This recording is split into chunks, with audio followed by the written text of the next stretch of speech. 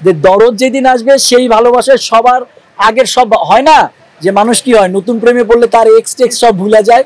তো দরদ যেদিন আসবে ওই দিন যত কিছু আছে সব ভুলে যাবে, শুধু দরদের প্রতি ভালোবাসা থাকবে, দরদ ভালোবাসা দিতে আসবে। ঈদুল আজহায় মুক্তিপ্রাপ্ত সিনেমার মধ্যে শাকিব খান অভিনীত তুফান সিনেমা ঘিরে দর্শকদের ভালোবাসা উন্মাদনা বেড়েছে।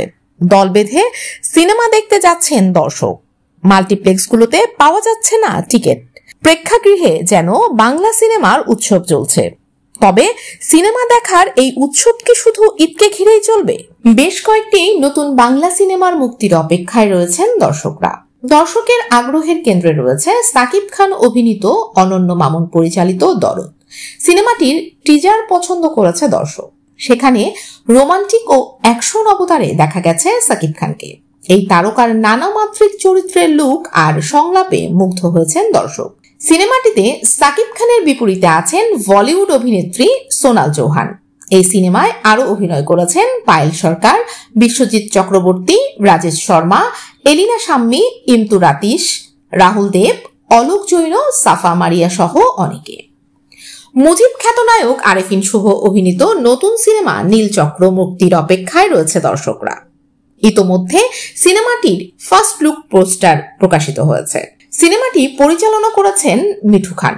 সিনেমায় আরেফিন শুভর সঙ্গে নায়িকা হিসেবে আছেন মন্দিরা চক্রবর্তী। ছবিতে কণ্ঠশিল্পী বালাম অভিনয় করেছেন বলে শোনা গেছে। এছাড়াও অভিনয় করেছেন ফজলুর রহমান বাবু, দীপান্বিতা মার্টিন, শাহেদ আলী, টাইগার রবি, প্রিয়ন্তী উর্বি সহ অনেকেই। আরেফিন শুভ অভিনীত আরেক সিনেমা নূর মুক্তির আভাস পাওয়া যাচ্ছে। সিনেমাটির নির্মাণ অনেক আগে শেষ হলেও নানা কারণে তা এখনো মুক্তি পায়নি। তবে ইতোমধ্যে সিনেমাটির প্রচার শুরু করেছেন শুভ। সম্প্রতি তুফান সিনেমার বিশেষ প্রিমিয়ার শোতে নূর লেখা টি শার্ট পরে হাজির হন আরেফিন শুভ। রায়হান রাফি পরিচালিত নূর সিনেমায় শুভর বিপরীতে আছেন জান্নাতুল ফেরদৌস ঐশী। এবার ঈদুল আজহায় মুক্তির কথা ছিল এম রাহিম পরিচালিত জঙ্গলি সিনেমাটি।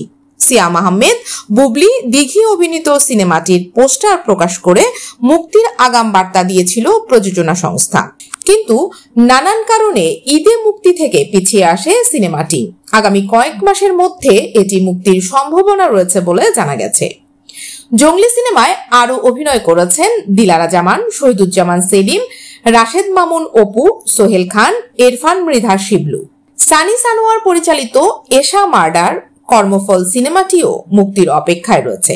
সিনেমায় আজমেরি হক বাঁধনের সঙ্গে অভিনয় করেছেন পূজা এগনেস ক্রুজ।